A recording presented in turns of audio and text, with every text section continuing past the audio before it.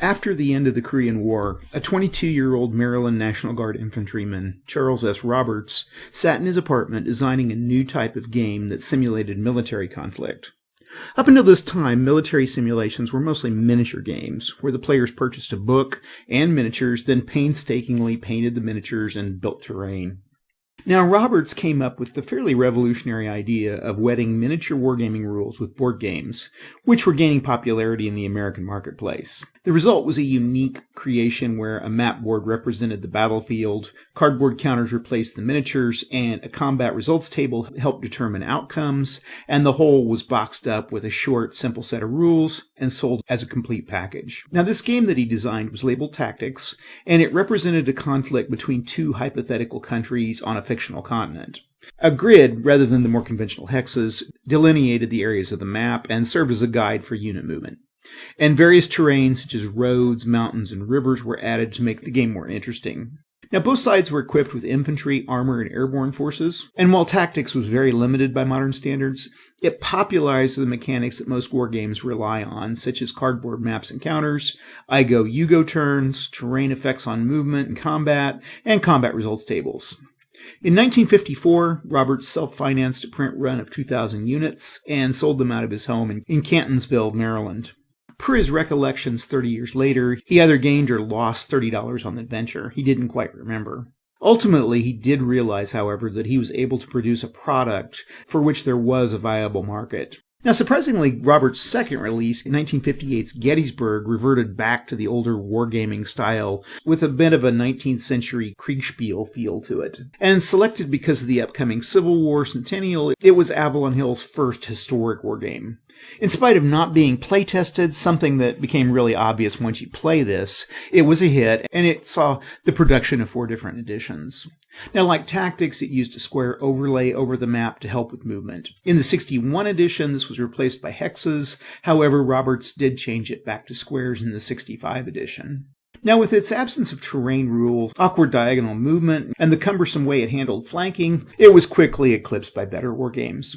That same year, Roberts turned his lifelong passion for railroads into the rail game Dispatcher. In the game, 2 opponents go head-to-head attempting to dispatch various types of trains over a limited number of rail lines. It ain't a pretty game. The lines are represented by a schematic diagram, and it was plagued by some pretty vague rules. Now, games that simulate complex events with vague, poorly written rules remain a hallmark of the hobby to this day. However, in the days before computer spreadsheets, its complexity did have its fans. Also in 1958, Roberts oversaw the re-release of Tactics as Tactics 2. The major difference between it and Tactics were largely cosmetic. Numbers and letters were added to the grid as well as a map compass. A pass was added to one of the mountain ranges, and finally the graphics for the various types of terrain were improved slightly. Counters in the original Tactics simply had the title of the counter, while Tactics 2 added a NATO unit symbol as well as the unit's strength and movement allowance. In 1959, Roberts designed U-Boat, which was a fairly simple game played with only 2 units, a metal U-boat counter up against a destroyer escort. Now, the U-boat was slow but maneuverable, while the escort was faster but less agile. Now, if the U-boat could get within 3 squares of the combat zone on one side of the map, it won. Of course, the escort had a number of chances of finding and sinking the U-boat before this happened. To me, this game always felt like it wasn't quite fully developed. Gameplay was weighed more towards luck than skill, but it was fast enough that several games could be played in about an hour. Verdict, produced the same year, was a game where a prosecution and defense attorney squared off against each other in a criminal trial. In the game, both sides would call and interrogate witnesses, then using the rules of evidence to determine if the evidence that these witnesses provided was admissible. Overall, it was an innovative concept, but like many of the mystery games that came after it, it didn't hold up well to repeated play. To remedy this somewhat, a more fleshed-out version, Verdict 2, was published 2 years later. In 1960, Roberts released Management, and Management is a fairly straightforward economic production game, where players buy resources, use factories to create generic finished goods, and then sell them. And the tournament game throws in such concepts as depreciation, taxes, and options to issue investments. Now, Roberts always had a desire to produce an educational game, and Management does succeed at teaching some of the basic principles of business management and even some very basic accounting. I think Management still holds up as a solid game. It can be fun given the right type of players. Nieuchess is a highly abstracted game that uses pawns as units, a concept that would be repeated with Civil War, a very similar game that used the eastern United States instead of Nieuchess's idealized map. Everything was simplified in an attempt to appeal to beginning gamers. There was both plain and impassable terrain, production centers, invasion launch areas, and a transportation line running down the center of the board that allowed players to invade deep into enemy territory. Now, while it was too simplistic to appeal to most wargamers, its design was balanced and elegant, and it served as a clear way to introduce new players to some of the basics of hex-based wargaming. Now, like its cousin Nieuchess, Civil War used a limited number of pawns, each with a single strength point, that fought over a map of the eastern U.S. Now, while this game is extremely basic, it does do a decent job of simulating how the Civil War broke down into two theaters, with grand maneuvers in the west and a ruthless back-and-forth campaign in the east. In terms of strategic level Civil War games, I think you could do worse. Now, while it can be argued that Gettysburg was Avalon Hill's first historical war game, this game still feels too unfinished to really earn that title. Instead, I'd argue that it was actually D-Day, produced 3 years later. Finally, we have a game that cemented the basic concepts of a majority of its progeny. It had square map board counters with units' combat strengths and movements printed on them, NATO symbols, and unit sizes to delineate the types of units. It also had zones of control, terrain effects, and those old Avalon Hill combat results table that were so bloody. On top of this, like Nieuchess and Civil War, the terrain of northern France was overlaid with a hex grid instead of squares. Now, the title is a bit of false advertising. The game doesn't just cover the Normandy invasion, but the long, slow march to the Rhine. One of the big problems with the game is that it usually consists of a few important turns at the beginning, followed by one side struggling for the rest of the game to catch up. Now, Chancellorsville applied some of the lessons learned from the development of D-Day, shrunk them down to a single Civil War battle, and used a box that riffed on the popularity of Gettysburg. The game, however, was unfortunately mired with problems. With its mosaic of colored hexes, the map felt like it had been rushed. Say what you will about Gettysburg, its map is a masterpiece of mid-century design. Worse, however, the Union had to set up north of the Rappahannock River, and much of the game was spent figuring out the logistics of crossing the river, either using boats or making the long trip around. As Randall Reed, who created the second edition 13 years later, stated, it's basically D-Day on a river. Historically, Chancellorsville missed all the major points that made the battle so interesting. Gone were the forces closing in on Lee, as well as Jackson's brilliant maneuvering that saved the day. Next to be released was Bismarck, and can we talk about how cool the cover of this game is? Now, I think from a graphic design standpoint, the Charles Roberts era games still really stand out. Now, Bismarck used the old double-blind grid system with a heavy debt to battleship that would also be trotted out again in the more successful Midway. The German player only had the counter for the Bismarck, while the British player had a fleet of vessels. And to me, this game always felt like it oversimplified one of history's most fascinating battles. Now, a second edition was released in 1980. However, this is a much more complex and much more historically accurate wargame that doesn't reflect at all on the original. Finally, in 1964, Roberts' last wargame, Afrika Korps, was published, and it's widely regarded as his magnum opus. Afrika Korps reflected Rommel's Panzer Army Africa, clashing with the British Eighth Army in North Africa from 1941 to 1942, and it still holds up extremely well today. Now, like all great war games, both sides stand a chance of winning. The game rewards skill over luck, though it does retain a die roll-based CRT to help keep things interesting. Now, it has a simple but deep gameplay, and it definitely proves you don't need Chrome to create a classic. It basically requires players to shrewdly manage space, force, and time, and it actually feels like you're simulating a real battle. Most importantly, Afrika Korps drew a whole generation of players and designers into the hobby, and it served as the game for many of them to cut their teeth on. Now, Tactics may have been the first tabletop wargame, Gettysburg may have been the first to model a historic battle, but it was Afrika Korps that set the standard for what a great design was capable of. By the time Afrika Korps was released in 1974, Roberts was already on his way out at Avalon Hill. Now, while remembered as a wargame company, during the first 5 years of Avalon Hill's existence, they actually sold more non-war strategy games. By the time they'd come to realize the true market for war games, the company was struggling financially, and Roberts was forced to sell it to Eric Dott of Monarch Printing Services in December of 1963. Now, it's interesting that in spite of the impact that Charles S. Roberts had on wargaming, his years as a designer, as well as helming the company that he started, only lasted from 1952 to 1964. Okay, this week's game is Nieuchess, and it was published in 1961 by the Avalon Hill Game Company, and its designer was Charles S. Roberts. Now, this is a very basic, stripped-down war game, which was intended to help teach new players how to play. It's a two-player game in which each player commands an army of 20 pawns, all equal in movement and battle capabilities. And the game ends when one player has completely destroyed their opponent's army. Now, to prepare for play, each player rolls a die, and the winner has the choice of whether they want to set up their pawns and move first. And when they set up their 20 pawns, they place them on their half of the map in any space that isn't gray. The second player then gets to set up their pawns in the same way. Thus, the second player has an advantage of position, although they pay for this by moving last in every turn. Now, the sequence of play is very simple. The first player moves and then engages in combat, followed by the second player doing the same thing. And the first player begins play by moving any or all of their pawns up to 5 spaces through these plain squares in any direction. In addition to the plain squares, there are several special squares on the map, including the gray squares, which can't be entered or moved through, the red squares that allow the player's pawns to teleport between them, the purple squares where replacement pawns can be brought into the game, and the red line in the center of the board, which functions as a sort of road that allows pawns to move across it without paying a movement point to do so.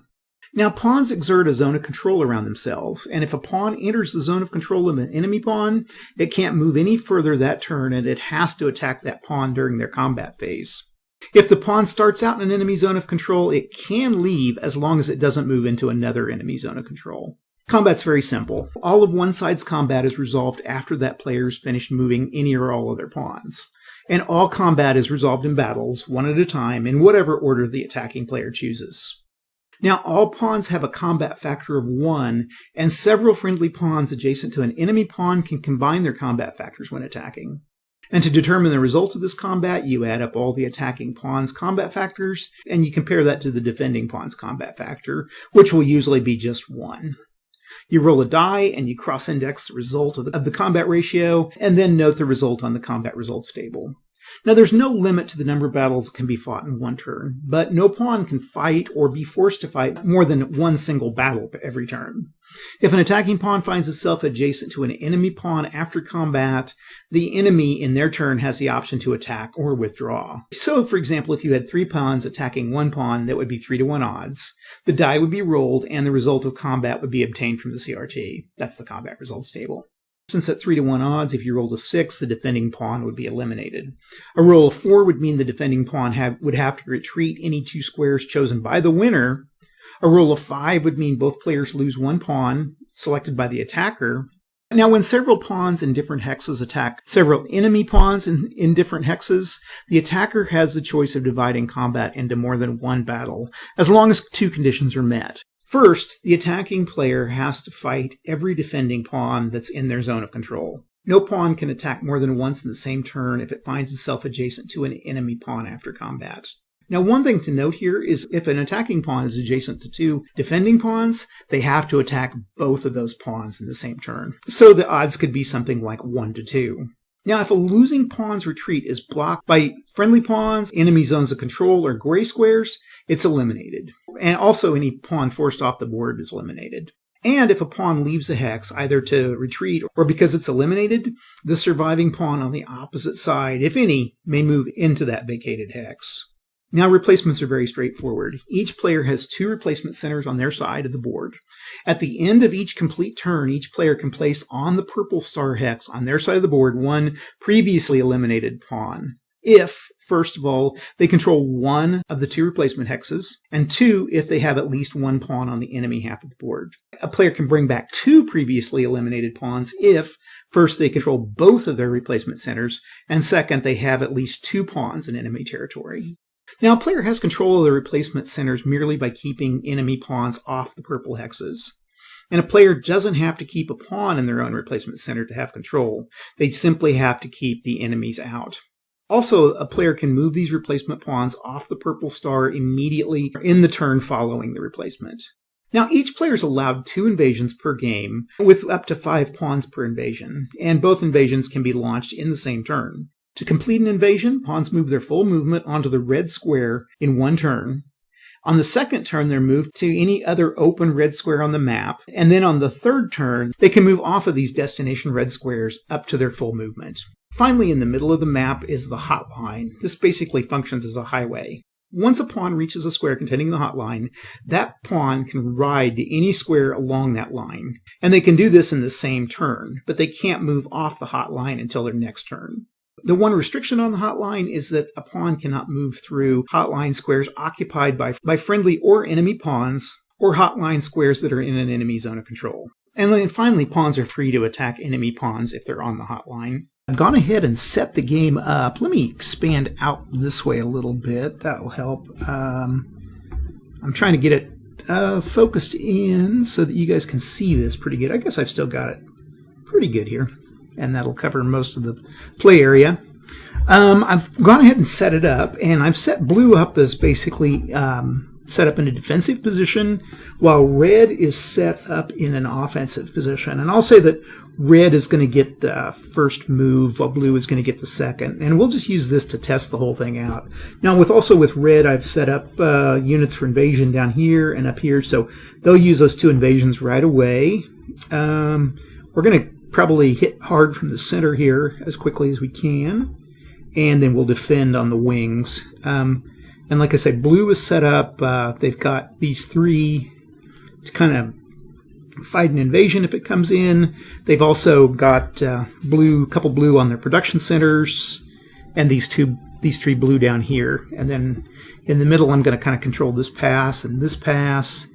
And on the highway, I really don't have enough units to protect everywhere, so hopefully that's going to work there.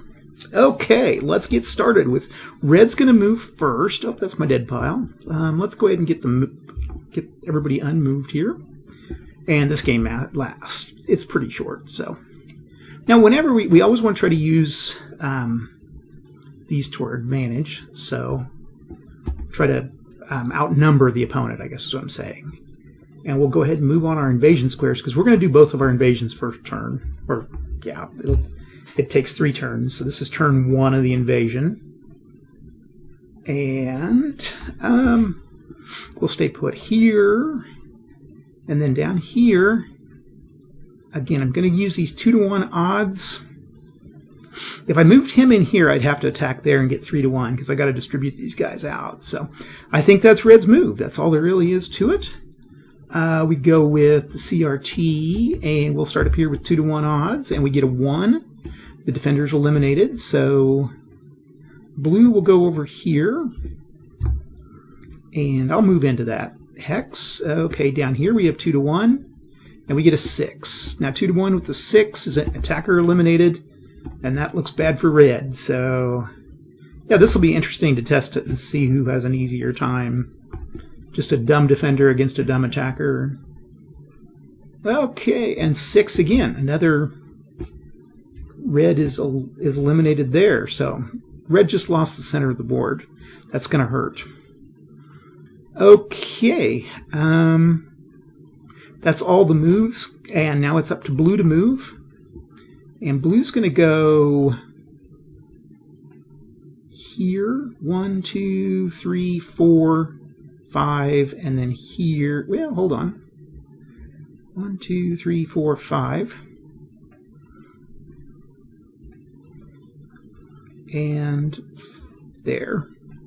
And we'll move in here now. This helps because if we get a retreat, we can eliminate him.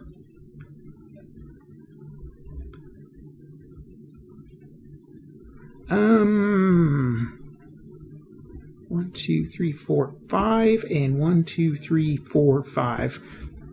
We're going to prepare for an assault. 3, 4, 5. And up here. Okay. Blue has moved. And so now we'll have our attacks. 2-to-1 here. with a 5, 2 to 1 with a 5 as an exchange. This game goes fast. Easily about half hour, which is enough. If you had a young player, I think this would be a great game. I think about 8 years old, I would have thought this game was the best. We'll move in. 2 to 1 here. With a 6, attacker eliminated.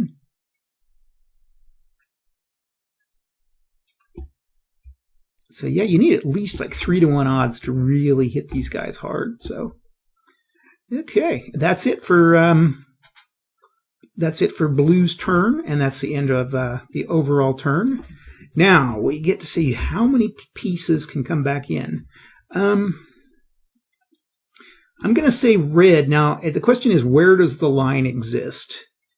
I'm going to say these center hexes consist of the line, so that's going to count. So red is going to get their, they're going to get 1, and I should have moved these guys forward so I could have got that extra one, but I didn't think of that. So they get 1. Blue gets 1 too, because there's no others over there. Now that's going to change pretty rapidly here.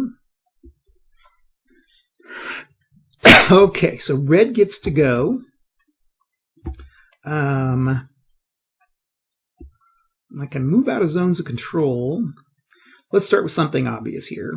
And we'll move here, and here, and here. That should eliminate this guy. 5 and 1, 2, 3, 4, 5. Okay, and then these guys are going to pop over here. Now they will have to attack, but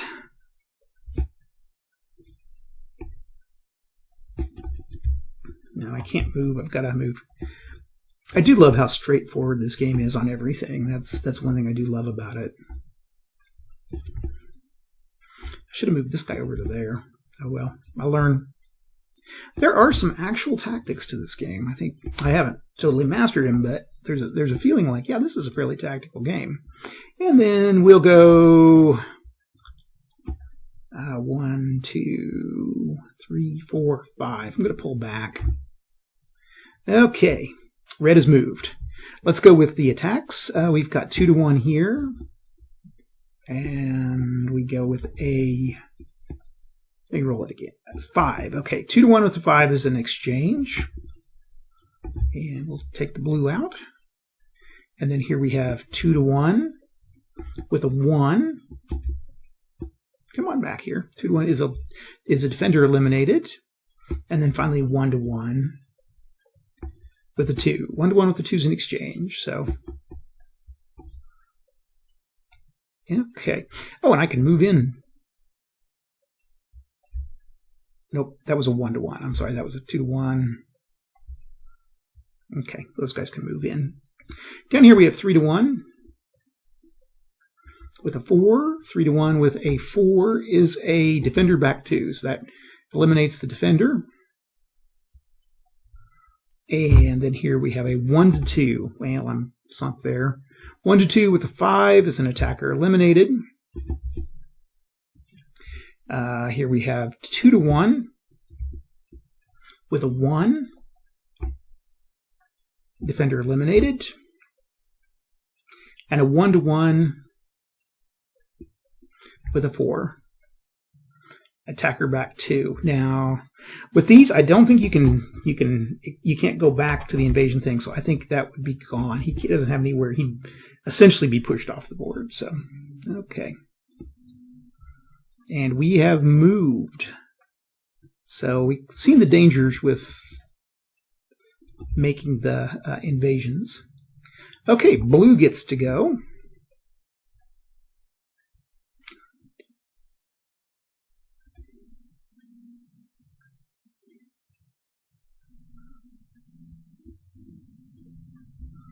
And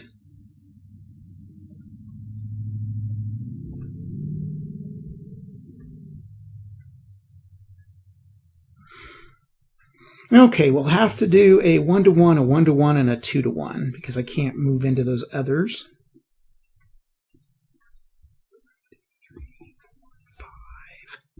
5. The other thing is I want to move into the red's territory. Okay. Okay, blue's gone. Now it's time to do the attacks. So we'll start here with 2-to-1 odds. With a 5 is an exchange. Man, this could get down to just like nobody left on the board, hardly. And then here we've got a 2-to-1. I'll just attack right there. With a 4, 2-to-1 with a 4 is an attacker back 2. Okay, 1-to-1 with a 4. Attacker back 2, which isn't bad. Oh, and I can move off these. I need to. And then a 1-to-1 with a 6. 1-to-1 with a 6 is an attacker eliminated. So gets rid of that blue guy there. And red can move into that hex. And that ends blue's turn. And that ends the turn overall. Okay. Red has 2 units across the line, so they can get 2. Blue has 2 units, so they get 2 more back. And that is, we are ready to go. So red gets to go first. 1, 2, 3, 4, 5. And those guys will surround him.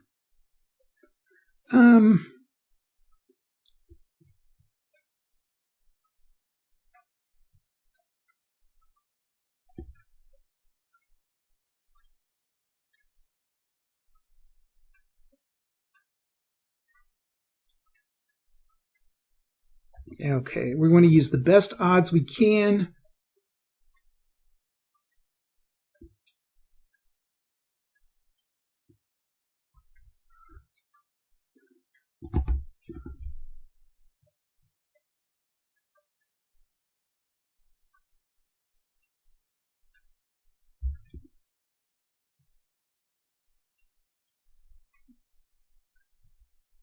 And those guys will come up, our reinforcements. And it leaves us with 3 battles. So we'll go with the first battle up here at 2-to-1 odds. And we get a 3. Defender back 2. I'll move in. Okay, down here we've got a 3-to-1 odds with a 4. Defender back 2, so that eliminates the defender. And here we have 3-to-1 with a 4. Defender back 2. So he's eliminated. Okay. I don't think I'll move into that hex. Okay, now blue gets to go.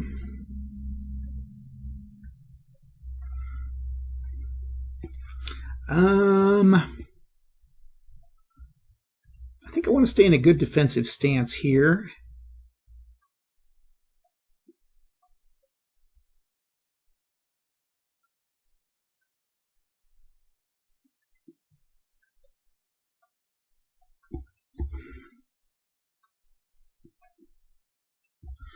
And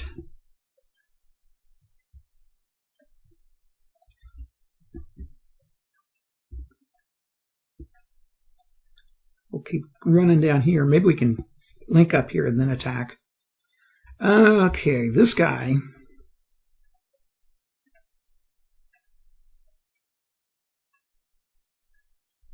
Here and 1, 2, 3, 4, 5 there.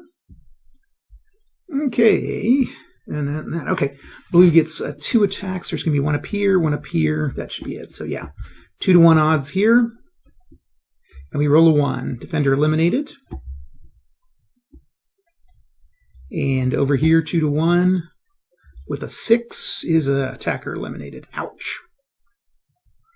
Blue is losing ground here pretty quick. Okay, that's the end of turn. We'll go with red gets 2 and blue gets 2. Reinforcements.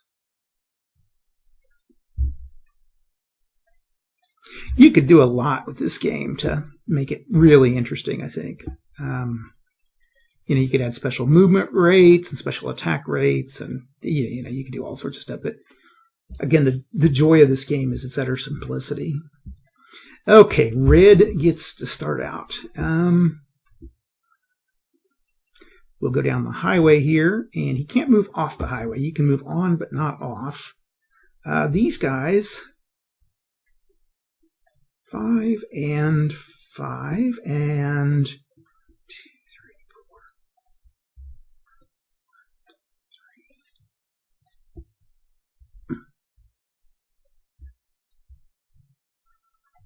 4. That'll slow him down. Okay.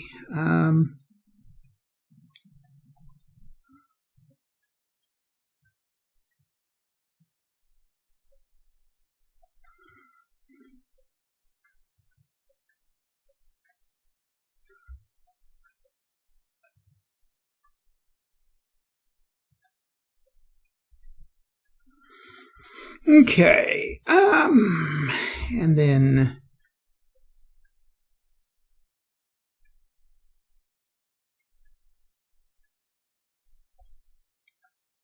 there we go. We've got that guy pinned. Okay, how many? We've got 1, 2, 3 battles going on. Okay, so we'll start up here. 2-to-1 odds with a 4. Attacker back 2. So 1, 2, and 1, 2. Down here, we've got 2-to-1 odds with a 5 is an exchange. I think ultimately those exchanges are going to hurt blue a lot more than red, because red's still got an advantage. And down here, we've got 2-to-1 odds with a 3. Defender back 2. He can't go anywhere, so he is eliminated. Okay, now blue gets to go.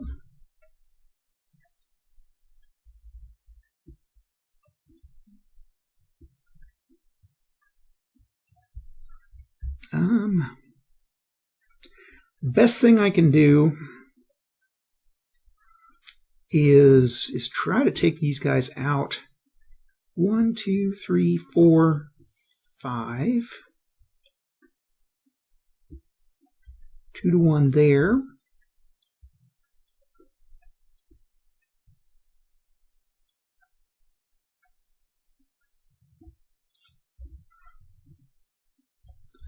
Pull back there.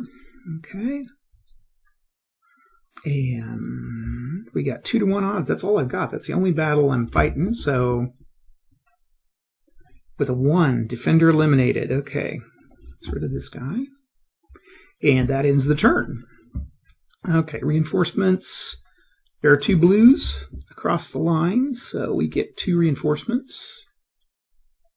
And there are 2 reds, so red gets 2 reinforcements.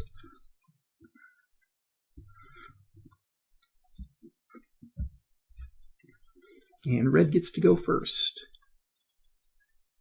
5.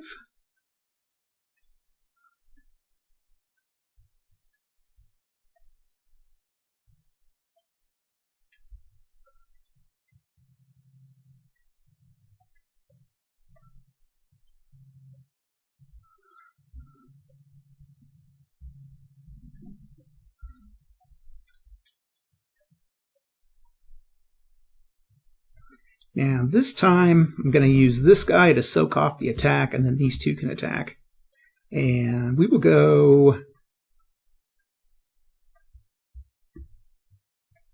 there. Those 2 will attack.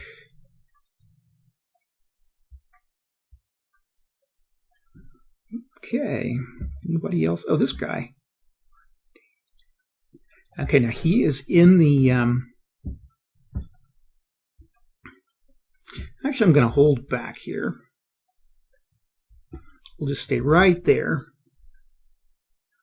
Okay. That's it. Let's do our attacks. 2-to-1 odds with a 3. 1, 2, 3. Defender back 2. And we will move in. Here we've got 2-to-1 with a 1. 2-to-1. Defender eliminated. Here we've got, I'm going to go with these first of all. 2-to-1 with a 4. Attacker back 2. and 1-1 with a 2. Exchange. Okay, both of those guys are gone. And this guy's here. Okay, that one's done. We've battled there. Battle there, battle there. Everybody's battled. Okay, so blue is up. 1,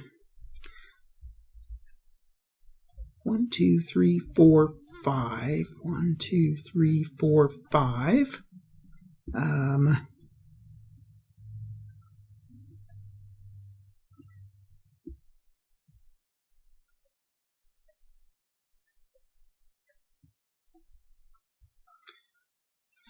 Blue's fighting a slow defensive battle here. We need a 1, 2, 3, 4.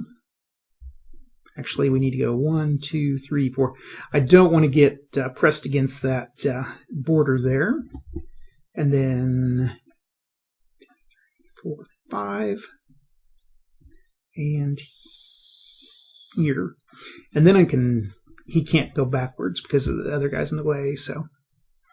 Okay, blue now has 1, 2, 3 attacks going on. So we'll start here with 2-1 with a 4. 2-1 with a 4 is attacker back 2. Okay, here we have 3-1 with a 6. Defender eliminated. And then down here we have 2-1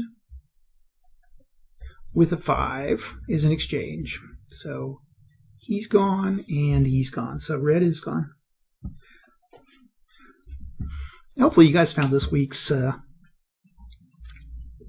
commentary or that little background thing interesting. I thought that was pretty interesting. That I thought Charles Roberts had been involved in the gaming industry for quite a while, and come to find out that he really hadn't. He was actually only involved in about 12 years, of which probably 6 of those he was super busy. The others were kind of, developing tactics and getting it marketed and getting it out there. So, okay, marking all unmoved. Enough yapping. We've got 2 guys. We can get 2 reinforcements for blue because we have 2 over there.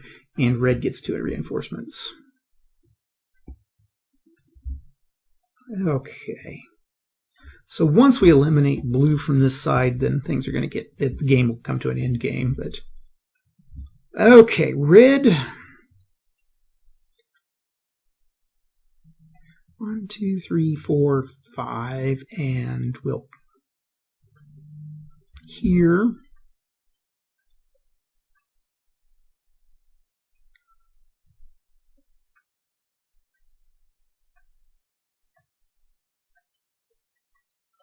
And hopefully we'll try to mob this guy.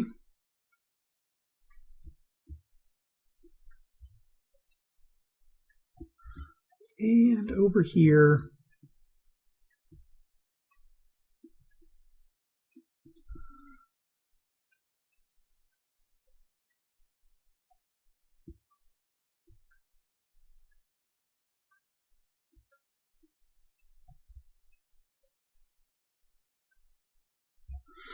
okay. So red's kind of taking a protective area, and then they're going to attack over here. We've got 4-1 odds, and we roll a 6, which is a DLM, so we'll eliminate this guy. Down here we have 2-1 odds with a 2 exchange, which red can afford, but blue can't. And that is it. Okay, now blue gets to make their move. Come down here and here.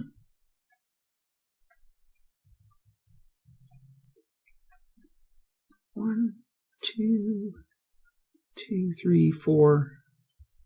1, 2, 3, 4. Okay, we're going to do that, and then 5, and then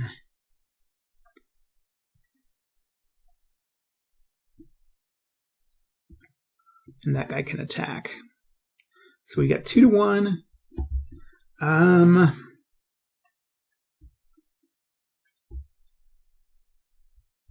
we go. Kind of get a defensive position. So we've got 2 attacks. We got a 2-1 here, and a 2-to-1 here. So 2-to-1 with a 1 is a DLM.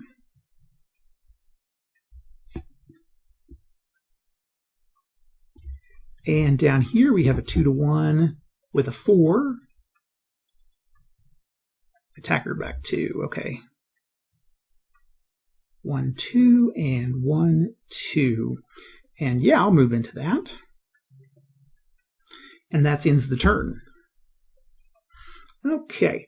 Now, one issue we have now, blue has, is they only have 1 unit across the line, so they only get 1 reinforcement, which I'll pull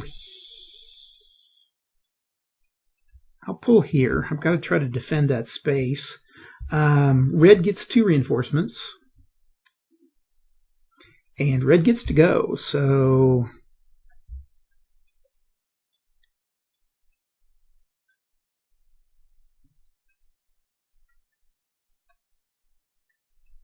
One, 2, 3, 4, 5, and then here, and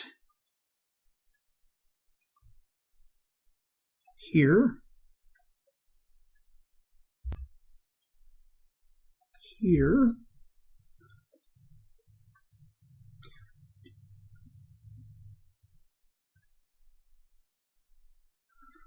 I'll pull up here.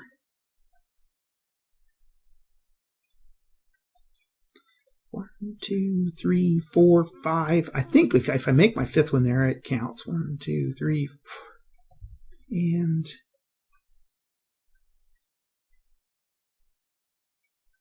I don't know why I didn't move on to that. That's okay.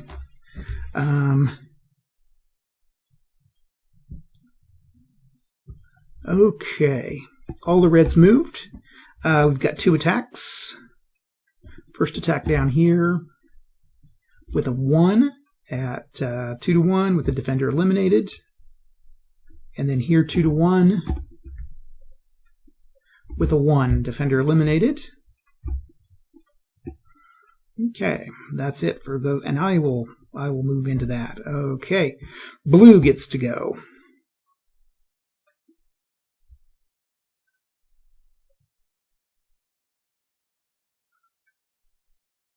And 2-2-1 attacks. We'll stay put here. Not much else I can do. I'm trying to flee over here. 1, 2, 3, 4. 2, 3, 4, 5. That'll keep me on side. At least I can get a second guy coming in there. So, okay. 2-to-1 here with a 3. Defender back 2. Here, 2-to-1 here with a 3. Let's re-roll that. 1, okay. Defender eliminated. I can't tell. The dice on this doesn't let me know whether it's actually rolled or not. Sometimes it's kind of hard if you get the same number twice, but that's okay. That's it for blue. Blue didn't have a whole lot to do because they're losing this game. Okay, red gets to go. Oh, red needs to reinforce. Now, once you get 20 units on the board, you can't reinforce anymore. And blue still has a guy, so that's good.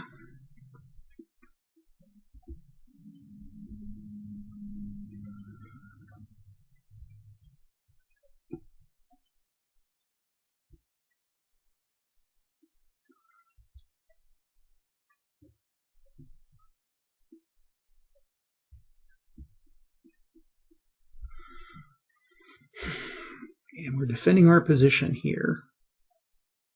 I just realized blue just played out of line here. So let's undo. There we go. Derp. Red. It's red's turn, so I got to remember that.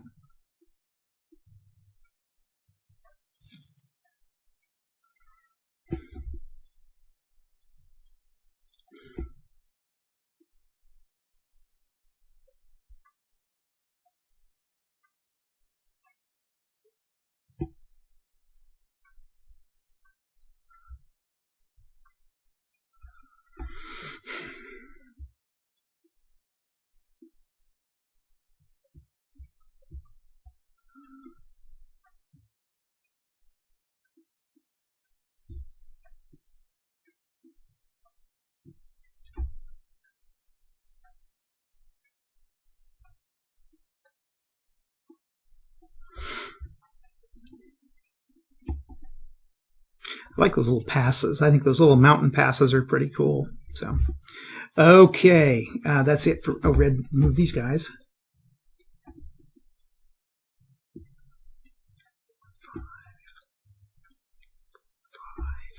Okay, and this guy.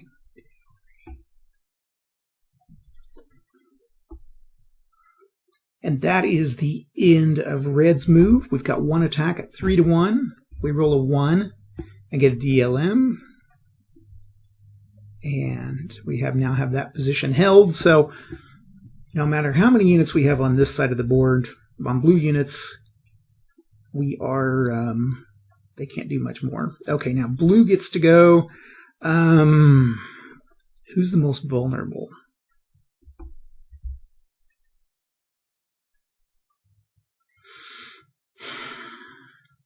Well, one thing I need to do is get another blue unit, get some blue units across the line. 1, 2, 3, 4, 5. Him here.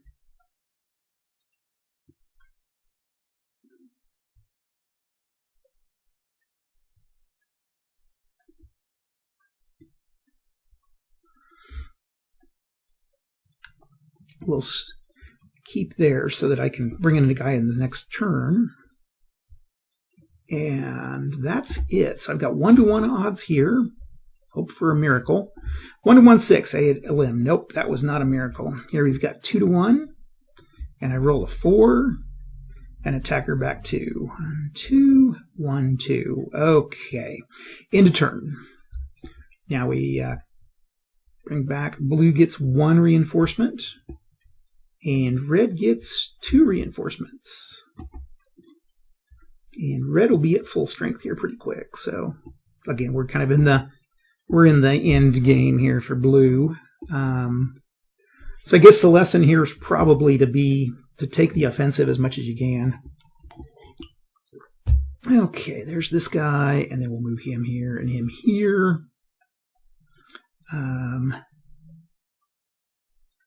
This guy here, this guy here, this guy here. This guy here, and here, 1, 2, 3, 4, 5.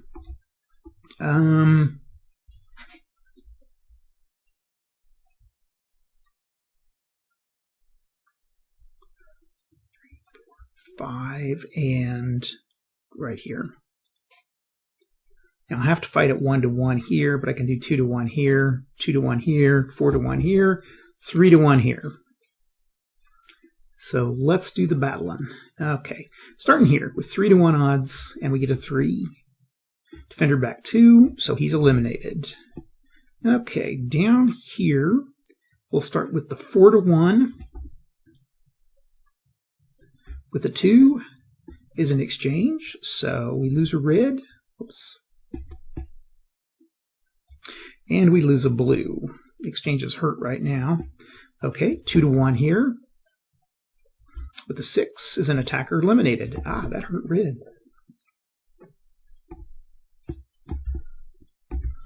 Okay, and finally we've got 2-to-1 and a 1-to-1. So let's go with our 2-to-1 first. And a 6 is an attacker eliminated. Things just got a little better for blue. And a 1-to-1 with the 6 is an attacker eliminated. So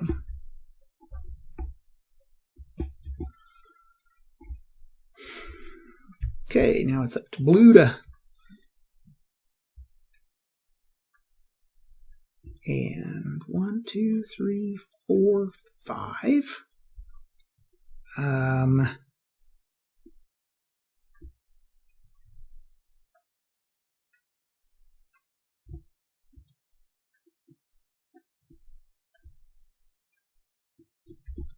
And we'll go there.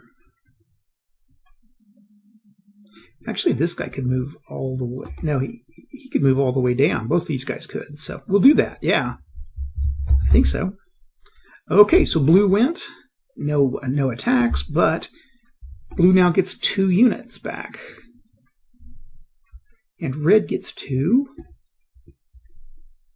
Red never moved these guys, so they can't move. That was red's mistake. So red will get to go.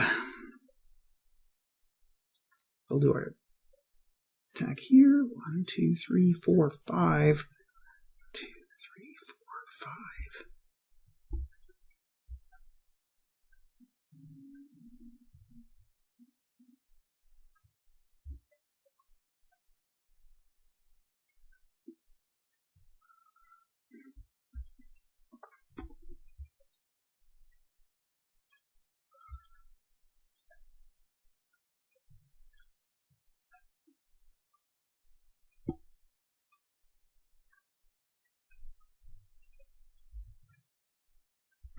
And they can use that little highway there.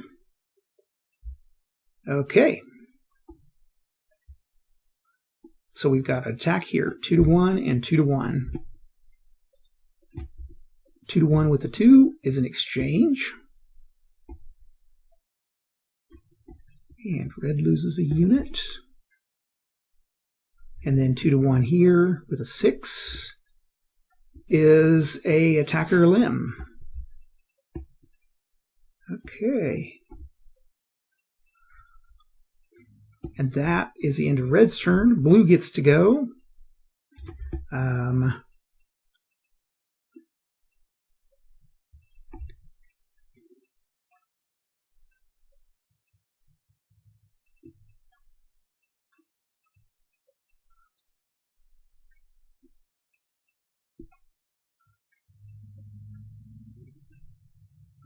Okay, we'll take a defensive position. Hopefully we can build up some defenses here. And we go with a 2 to 1 here with a 4. 2 to 1 with a 4 is an attacker back 2. So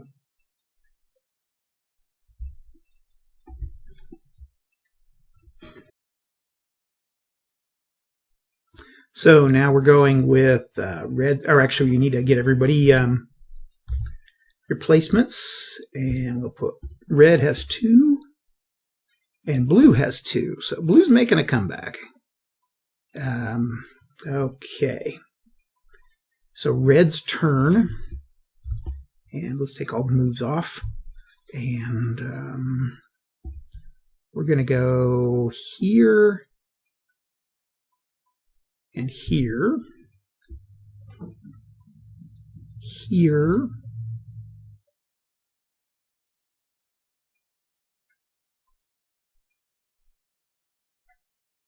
And then 1, 2, 3, 4, 5.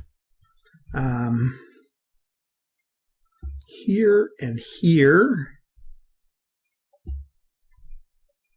And 1, 2, 3, 4, 5. 1, 2, 3, 4, 5. Okay. So we'll do the combat. Here we have 2 to 1. And we roll a 3. 2 to 1 with a 3 is defender back 2, so that eliminates him. And then here 2 to 1 with a 2, exchange. And here we have 2 to 1 with a 6. Attacker eliminated. Ooh, that hurts red. Both sides lost about the same. Okay, blue gets to go. Can't leave this guy. 5. And we're going to have to try to stick those guys. Move here and here. Okay. So blue gets to go with 2 to 1 with a 5 in exchange. And red loses 1. And then over here, 1 to 1. Really have to just try to keep these guys pinned down if I can. 1 to 1 with a 6, attacker eliminated. Okay, that's going to be pretty fatal. And down here, 1 to 1 with a 6. So another.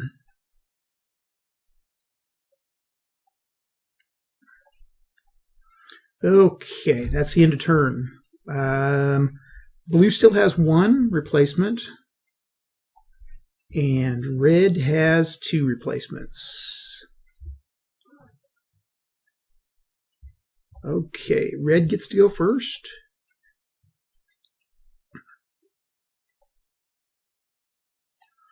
And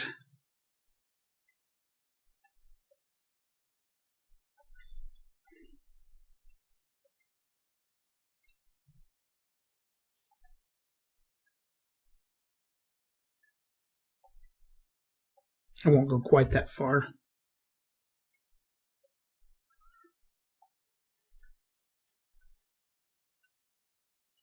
Okay, we've got 2-1 here. I'm going to see if that, it just feels like, I'm going to try rolling one time. Let's see if that will work. Okay, I guess I'm rolling doubles there. So with a 1-1, let's try it again. 4, okay. 1-1 with the 4, attacker back 2. And here we have 1-1. Let's hit it. Or 2-1 with a 1. 2-1 with 1 defender eliminated. Okay. Blue gets to go. And we will surround this guy. And that's going to be a 2-1 with a 6. 2-1 with a 6, attacker eliminated. And that's the game, I think. There's no other blue units. Nope. They lost out there on that one. So that's Nieuchess. Pretty quick game. I think that only took about 40 minutes. It usually seems like it takes between 20 and 40 minutes. Pretty basic. I kind of like it, though. I think for just, if I was going to find somebody that was not really into wargaming too heavy, they might enjoy this just in casual play. Like I say, I like this. I think this came along the same time as Management, which is another game I kind of like, and the Civil War, which is really a pretty good game. I think it's kind of amazing how they've simplified everything so much and still had a game that does a good job of simulating the war itself. Anyway, that's what I've got this week. I'll try to get on a few more complex games here in the next few weeks, but just trying to knock out some easy ones so I can keep putting out videos once a week. If you have any requests, I've started to get a few, and I appreciate that, and I will try to get on them. I can't do all of them, and certainly big involved games I would have a hard time getting done, but I will definitely look at your lightweight, midweight war games. Those are kind of the ones I enjoy the most, and it seems like there's a niche for kind of presenting those to people, but also probably will never be doing Squad Leader, just so you know. I don't have anything against Squad Leader. I think it's really a cool game, but like I've said, I think several times before, you may have heard me talking about it, it's a rabbit hole I'm not sure I really want to go down right now. So I think probably Starfleet Battles will be about the only thing like that I'll be doing some on. So okie doke. Well, you guys have a good one, and we will talk to you later. Bye.